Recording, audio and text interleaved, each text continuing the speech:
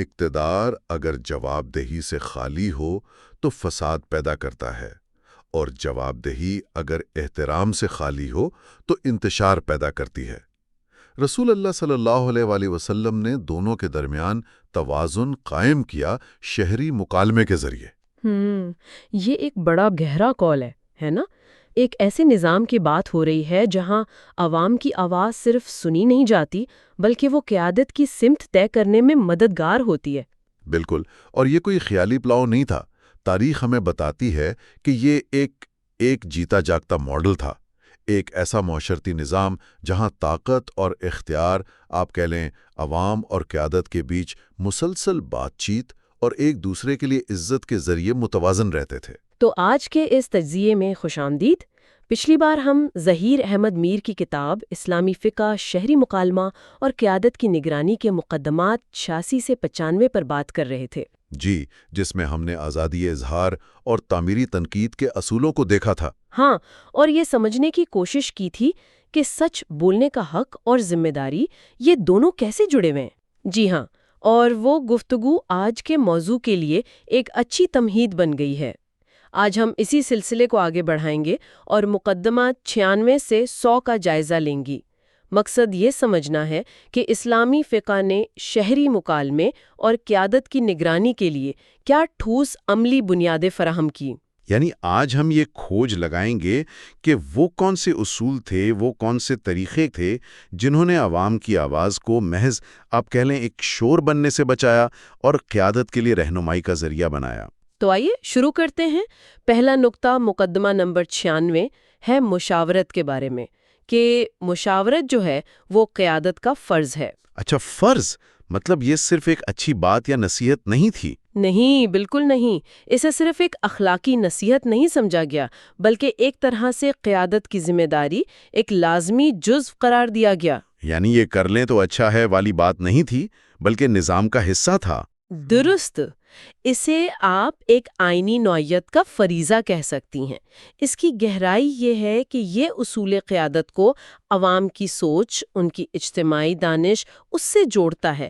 یہ مانتا ہے کہ بہترین فیصلے بند کمروں میں نہیں ہوتے، صحیح، بلکہ مشترکہ غور و فکر سے سامنے آتے ہیں، اور یہ قیادت کو عوام کے سامنے جوابدہ بنانے کی طرف پہلا قدم بھی ہے۔ اور اس کی مثالیں تو سیرت نبی صلی اللہ علیہ وآلہ وسلم میں بھری پڑی ہیں نا، جیسے جنگ بدر کے موقع پر یا احد میں وہ حکمت عملی کا معاملہ۔ جی بالکل۔ یا پھر صلح حدیبیہ جیسا نازک موقع۔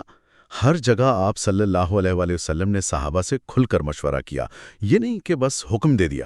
یقیناً، اور ان مثالوں میں ایک بہت بڑا سبق ہے، وہ یہ کہ مشاورت سے قیادت کمزور نہیں ہوتی جیسا کہ کبھی کبھی لوگ سوچتے ہیں۔ ہاں، یہ خیال تو عام ہے۔ بلکہ وہ مضبوط ہوتی ہے۔ جب لوگ سمجھتے ہیں نا کہ ان کی رائے کی قدر ہے، وہ فیصلوں میں شامل ہیں، تو وہ ان فیصلوں کو کامیاب بنانے کے لیے زیادہ کوشش کرتے ہیں، ان پر عمل بھی بہتر ہوتا ہے، یہ اعتماد بناتا ہے۔ اچھا، اگر ہم اس اصول کو آج کل دیکھیں تو یہ جو پارلیمانی نظام ہے، کمیٹیاں بنتی ہیں، پالیسی بنانے سے پہلے پبلک ہیئرنگز ہوتی ہیں، تو کیا یہ اسی سلسلے کی کڑی ہے؟ لیکن کیا آج ان اداروں میں مشاورت کا وہ اصل جذبہ، وہ روح موجود ہے؟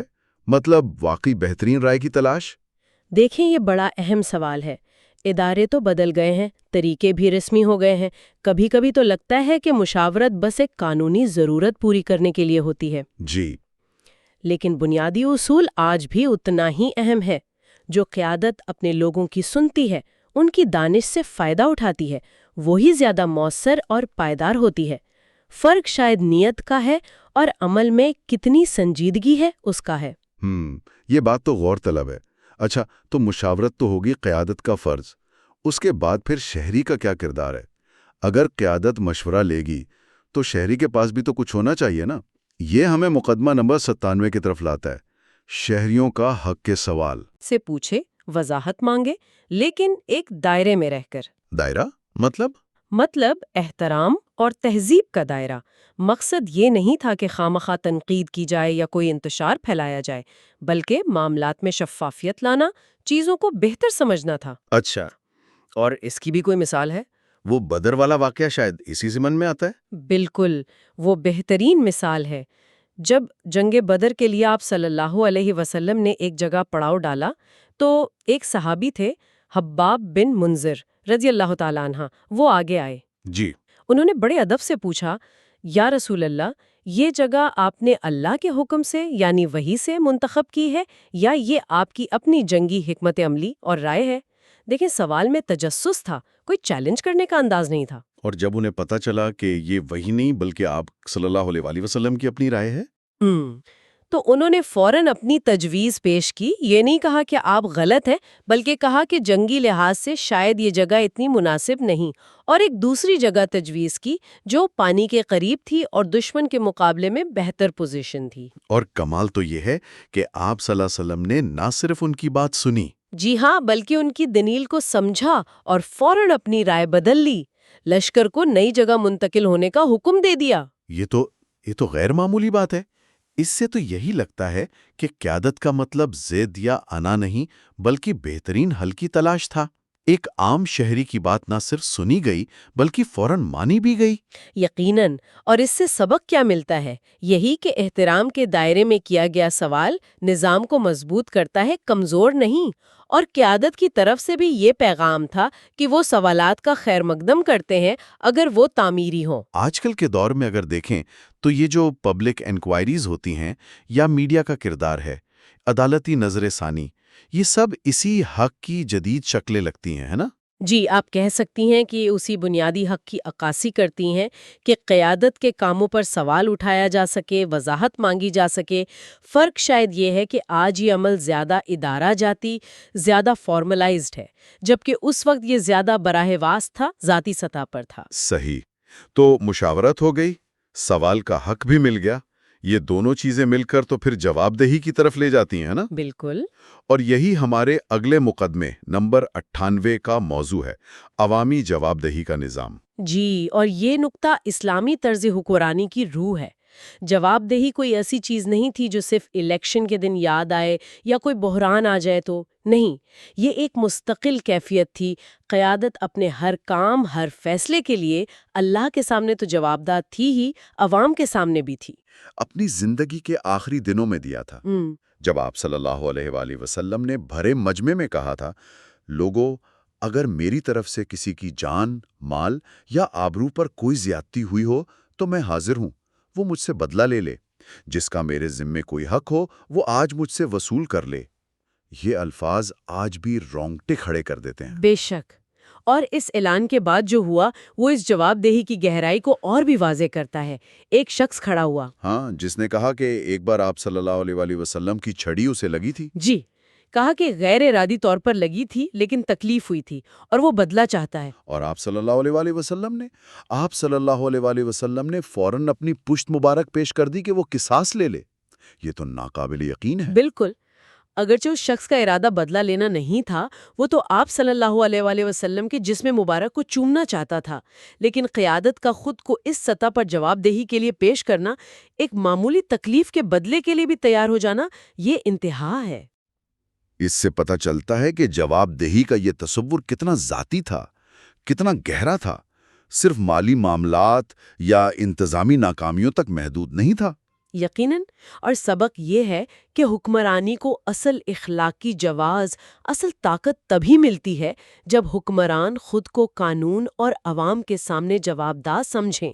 یہ اعتماد پیدا کرتا ہے۔ تو آج کل کے جو نظام ہیں، آڈٹ سسٹمز ہیں، پارلیمانی احتسابی کمیٹیاں ہیں، حکومت کی کارکردگی پر رپورٹس آتی ہیں، کیا یہ ادارے اسی تاریخی روایت کا تسلسل ہے یا ان میں وہ جو ذاتی اور اخلاقی پہلو تھا وہ کم ہے؟ دیکھیں، یہ دلچسپ موازنہ ہے۔ آج کے ادارے یقیناً اسی بنیادی اصول پر کام کرنے کی کوشش کرتے ہیں کہ قیادت کو جوابدہ بنایا جائے، لیکن ہاں، آج کی جواب دہی اکثر زیادہ غیر شخصی ہوتی ہے، زیادہ قانونی، زیادہ ادارہ جاتی۔ اس میں وہ براہ راست ذاتی ذمہ داری کا احساس شاید اتنا نہیں ہوتا جو اس تاریخی مثال میں ہے۔ صحیح۔ لیکن بہرحال مقصد ایک ہی ہے، اختیارات کے استعمال پر نظر رکھنا اور شفافیت لانا۔ اچھا، تو اب تک ہم نے دیکھا مشاورت فرض ہے، شہری کو سوال کا حق ہے اور قیادت جواب دہ ہے۔ لیکن یہ جواب دہی، یہ عملی طور پر ہوتی کیسے تھی؟ کیا اس کے لیے کوئی خاص ادارے تھے، کوئی طریقہ کار تھا؟ یہ ہمیں شاید مقدمہ نمبر 99 بتائے گا۔ بالکل، مقدمہ 99 انہی عملی پہلوؤں، ان میکانزمز یا فورمز پر بات کرتا ہے جن سے یہ جواب دہی ممکن ہوتی تھی۔ یہ صرف کتابی باتیں نہیں تھی بلکہ روزمرہ کی حقیقت تھی۔ مثلا حکمرانوں تک عام آدمی کی پہنچ نسبتاً آسان تھی۔ اچھا، مطلب کوئی لمبے چوڑے پروٹوکول نہیں تھے؟ نسبتاً کم تھے۔ لوگ براہ راست خلیفہ یا گورنر سے مل سکتے تھے، سوال کر سکتے تھے، اپنی شکایتیں بتا سکتے تھے۔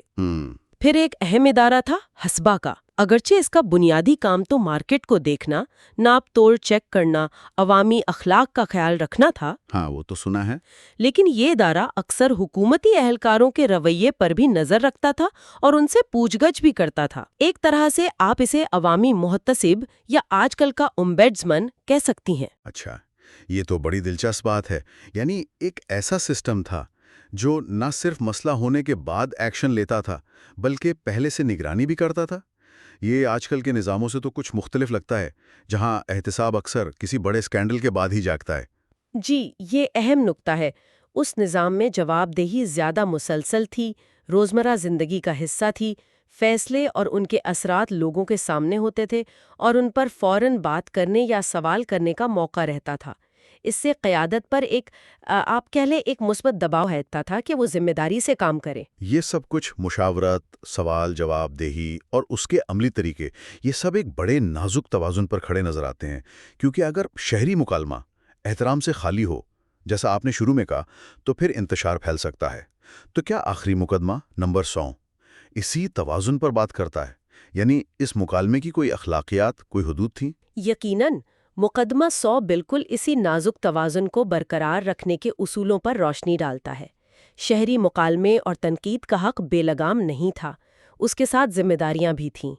اس کا مقصد اصلاح ہو، نہ کہ صرف کسی کی پگڑی اچھالنا یا فتنہ پھیلانا۔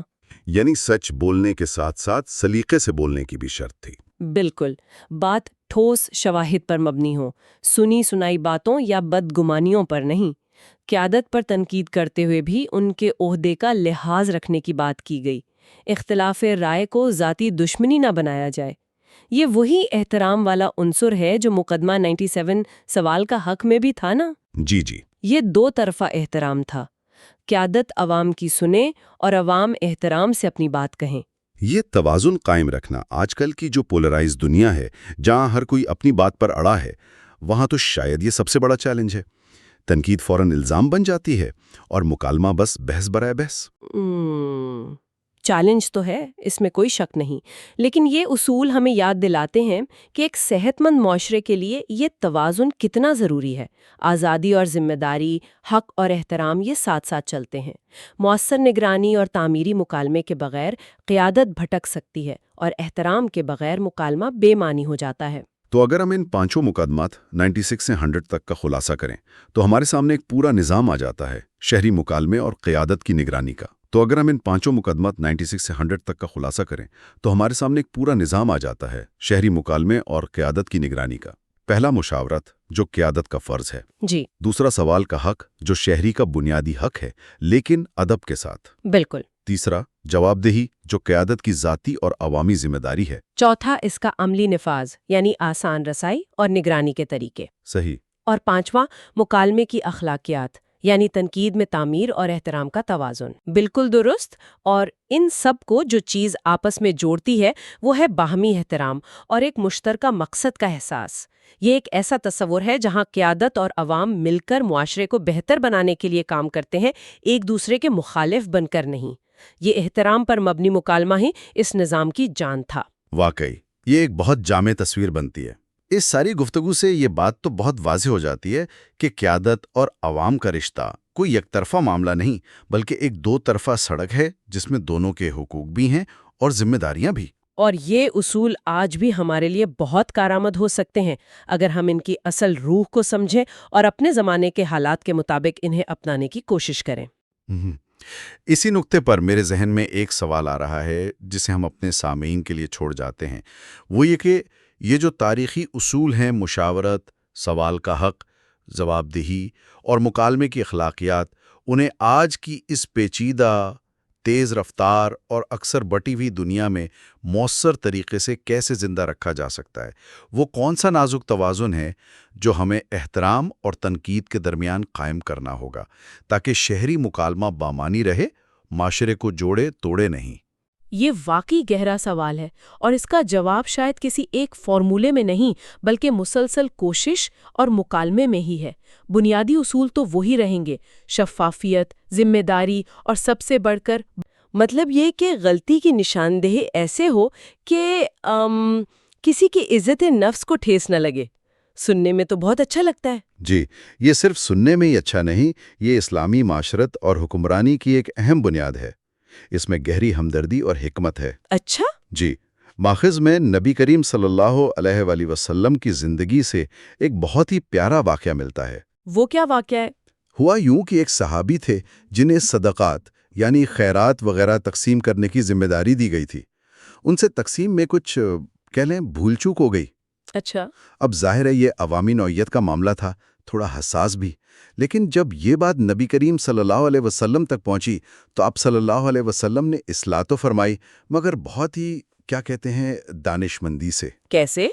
آپ صلی اللہ علیہ وسلم ممبر پر تشریف لائے اور عمومی طور پر اس مسئلے پر بات کی، کسی کا نام نہیں لیا۔ اچھا، نام لیے بغیر؟ جی بالکل، نام لیے بغیر بتایا کہ صحیح طریقہ کیا ہے اور کیا نہیں کرنا چاہیے۔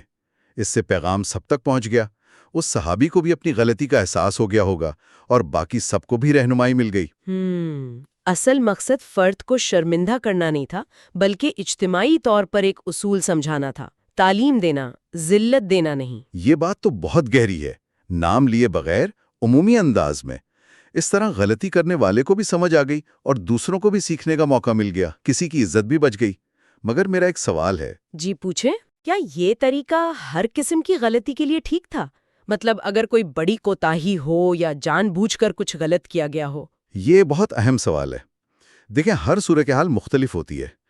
اسلامی فقہ میں بھی غلطی کی نوعیت، نیت، اس کے کیا اثرات ہوئے، ان سب کو دیکھا جاتا تھا۔ صحیح۔ جو سنگین معاملات تھے جیسے کوئی خیانت یا جرم، ان کے لیے تو باقاعدہ قانونی کارروائی اور سزا کا نظام موجود تھا۔ اچھا۔ لیکن جہاں تک عمومی اصلاح کی بات ہے، تربیت کی، نظم و ضبط کی، تو کوشش یہی ہوتی تھی کہ جہاں تک ممکن ہو فرد کی عزت کا خیال رکھا جائے۔ اس کا ایک نفسیاتی فائدہ بھی ہے۔ جب لوگوں کو پتا ہو کہ غلطی پر انہیں ذلیل نہیں کیا جائے گا تو وہ اپنی غلطی ماننے اور اس سے سیکھنے کے لیے زیادہ تیار ہوتے ہیں۔ بالکل، ورنہ تو لوگ چھپانے لگتے ہیں۔ جی، یا پھر دفاعی پوزیشن لے لیتے ہیں۔ پھر اصلاح کیسے ہوگی؟ تو اس نبوی طریقے میں احتساب اور ہمدردی کا ایک توازن تھا۔ اور آج کل کے دور میں دیکھیں، دفتروں میں، اداروں میں، یہاں تک کہ گھروں میں بھی یہ اصول کتنا ضروری لگتا ہے۔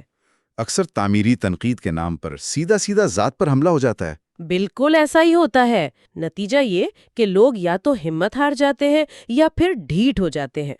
اس کے بجائے اگر عزت سے، احترام سے فیڈ بیک دیا جائے تو اس کے اثرات کہیں بہتر ہوتے ہیں۔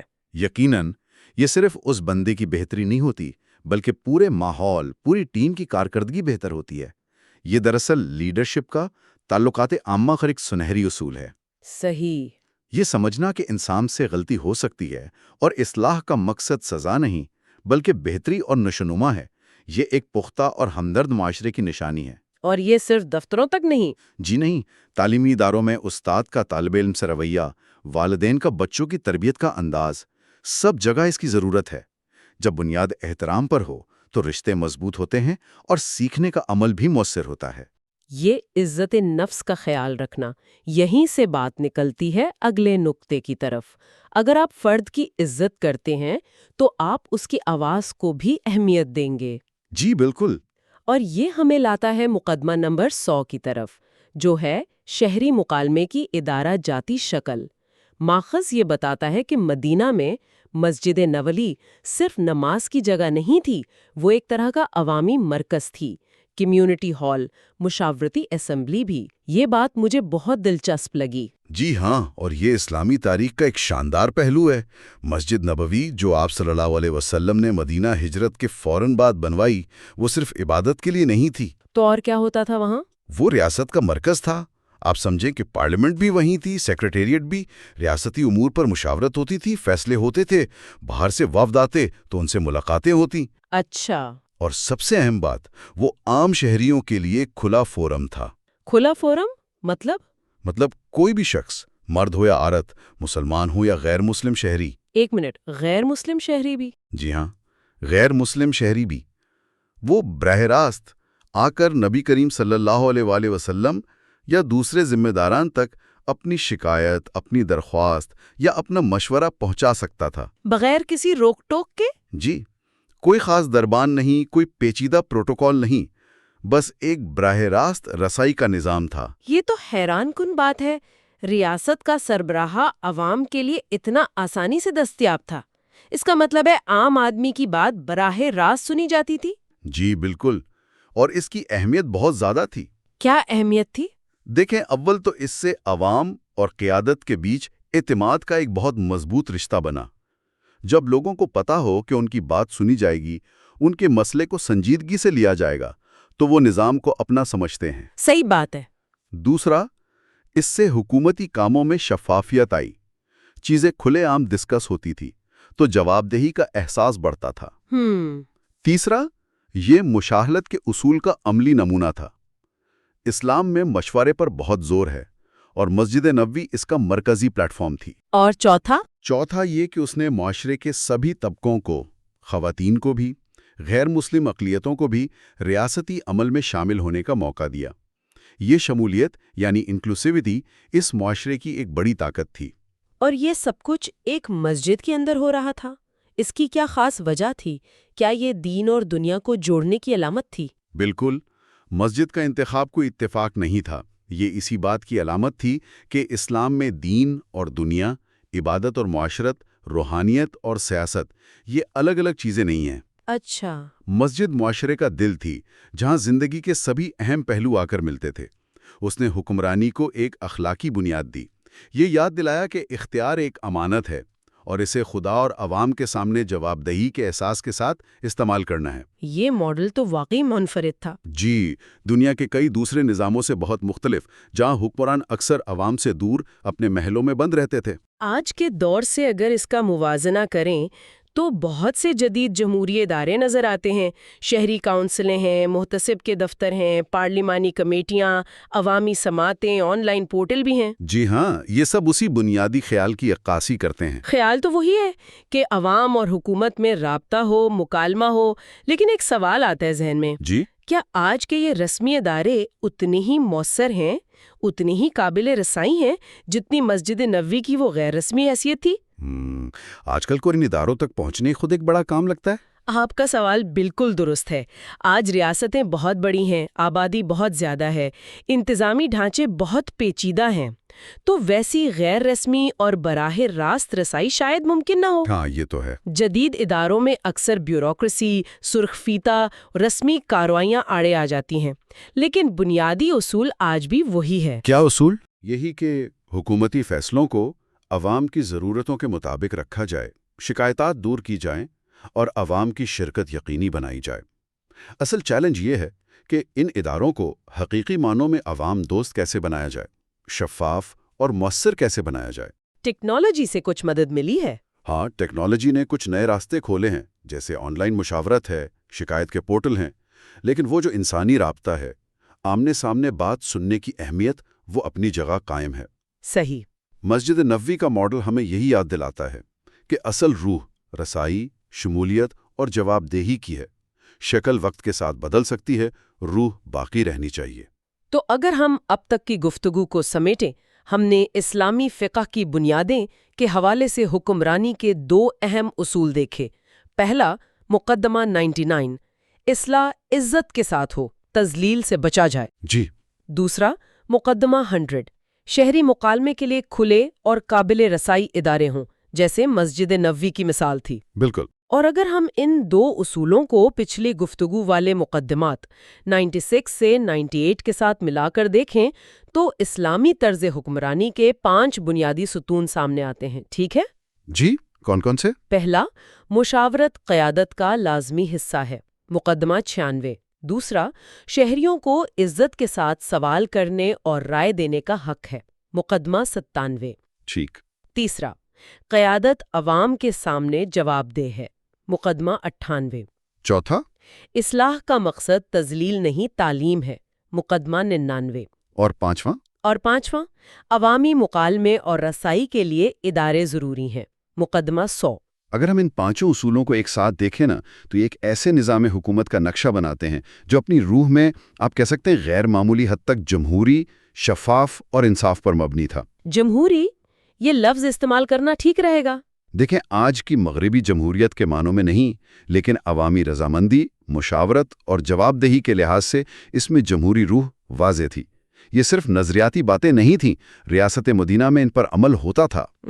ان سب کا ملا جلا اثر یہ تھا کہ ایک ایسی ریاست بنی جہاں حکمرانی کا جواز طاقت یا خاندانی حیثیت نہیں، بلکہ اخلاقی اصول تھے، عوام کی رضامندی تھی اور خدمت خلق کا جذبہ تھا۔ مشاورت سے آمریت نہیں آتی؟ بالکل، سوال کرنے کے حق اور جواب دہی سے قیادت ذمہ دار بنتی ہے، اصلاح کے طریقے سے معاشرے میں عزت بڑھتی ہے، اور کھلے مکالمے کے اداروں سے عوام اور ریاست جڑے رہتے ہیں۔ تو یہ سب مل کر ایک ایسا ماحول بناتے تھے جہاں حکومت عوام سے کٹی ہوئی نہیں تھی؟ جی، عوام سے جڑی ہوئی تھی، ان کی ضرورتوں کو سمجھتی تھی اور ان کے اعتماد پر قائم تھی۔ یہ اصول تو آج بھی کسی بھی معاشرے یا تنظیم کے لیے مشعل راہ ہو سکتے ہیں اگر وہ واقعی انصاف، شفافیت اور شمولیت چاہتے ہوں؟ بلا شبہ۔ اچھا، اگلی گفتگو میں ہم اسی کتاب سے مقدمات 101 سے 110 کا جائزہ لیں گے۔ جی، وہ بھی بہت دلچسپ موضوعات ہیں۔ ان میں عدلیہ کی آزادی اور قانون کی حکمرانی جیسے نہایت اہم موضوعات ہیں۔ ہم دیکھیں گے کہ کیسے بالکل ابتدائی اسلامی دور میں ہی انتظامیہ اور عدلیہ کے اختیارات کو الگ کرنے یعنی سیپریشن آف پاورز کی بنیاد رکھی گئی۔ جی ہاں، یہ تصور تو بہت بعد میں مغرب میں آیا، لیکن اس کی جڑیں وہاں ملتی ہیں۔ جی، یہ جاننا واقعی دلچسپ ہوگا کہ یہ سب کیسے ممکن ہوگا۔ انشاءاللہ۔ آج کی اس گفتگو کے اختتام پر ایک خیال آپ سب کے غور و فکر کے لیے چھوڑے جاتی ہوں جو ان تمام اصولوں کی روح کو شاید ایک جملے میں سمیٹتا ہے۔ جی؟ انصاف طاقت سے نہیں چلتا بلکہ مکالمے، سچائی اور انکساری سے پروان چڑھتا ہے۔ یہی وہ نبوی صلی اللہ علیہ وآلہ وسلم ماڈل ہے جہاں ہر آواز محترم اور ہر سوال مقدس تھا۔ بہت خوبصورت بات ہے۔ تو سوچنے کی بات یہ ہے کہ یہ روح، یہ اصول آج ہمارے اداروں میں، ہمارے معاشروں میں اور ہمارے آپس کے تعلقات میں کس حد تک زندہ ہیں، اس پر ضرور سوچئے گا۔ اگلی نشست تک کے لیے اجازت۔ اللہ حافظ۔ اللہ حافظ۔